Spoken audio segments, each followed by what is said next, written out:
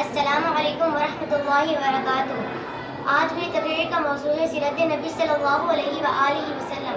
ہم نبی کی امتی ہیں، لیکن جب بات عمل کی آتی ہے ہم سارا دن نان مسلم کو دیکھتے ہیں، ان کو فالو کرتے ہیں۔ سیرت نبی کی بک تک نہیں ہمارے پاس، احادیث کی بکس نہیں ہیں، اور ہم خود کو نبی کا امتی کہہ رہے ہیں۔ وہ نبی جو راتوں رات اٹھ کر ہمارے لیے روتے تھے، دعائیں کرتے تھے ہمارے لیے، ہم جیسی امت کے لیے۔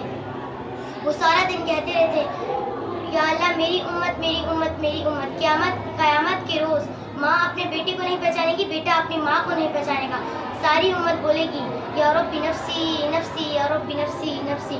پھر اچانک ایک آواز آئے گی، ساری امت پیچھے مڑ کر دیکھے گی تو ہاتھ اٹھائے بولیں گے یا رب امتی امتی یا رب امتی امتی۔ آج ہمارے پاس اتنا وقت نہیں کہ اپنے نبی کی سیرت کو اسٹڈی کر سکے۔